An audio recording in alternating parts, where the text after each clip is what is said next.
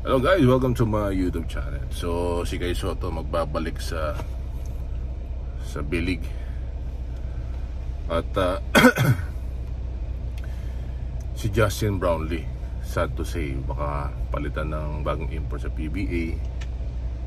Pero nung nag-uusap si Al Francis Chua at si Justin Brownlee, nagtatawa sila. So ganun talaga, kahit kay Jordan Clarkson meron din doping test. I don't know if sinasabotahe or talagang mayroon din talagang substance na, kasi sa Amerika legal na ang ang marijuana tapos hinahalo siya sa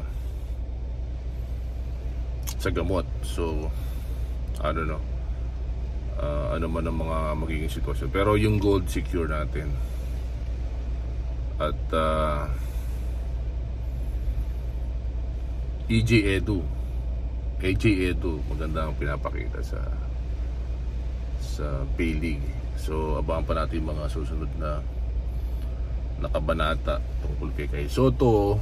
Si Kay Soto medyo nagiging bulky yung kanyang pangangatawan. So support lang tayo sa mga Pilipino na mga nasa iba't ibang international league, sa Japan, sa Korea. Si Renza Bando, yung work ethics at athleticism, talagang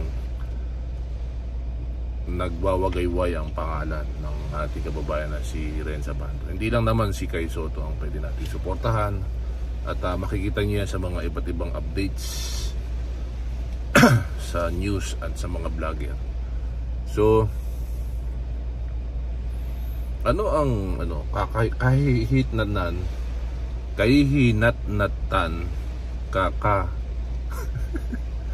kakahinatnan ng sitwasyon ni Justin Brownlee sa liga.